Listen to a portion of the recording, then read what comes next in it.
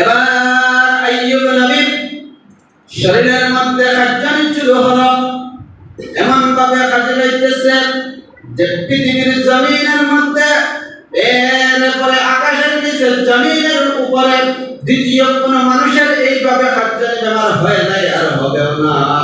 আইয়ুব আলাইহিস সালাতু ওয়াস সালাম এবারে কাজে শরীরের চামড়া হটে গেল, শরীর থেকে চামড়া হটে গেল।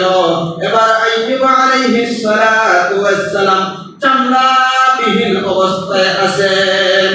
এবার আইয়ুব আলাইহিস সালাতু ওয়াস সালামের শরীর থেকে দুর্গন্ধ আসা শুরু হলো।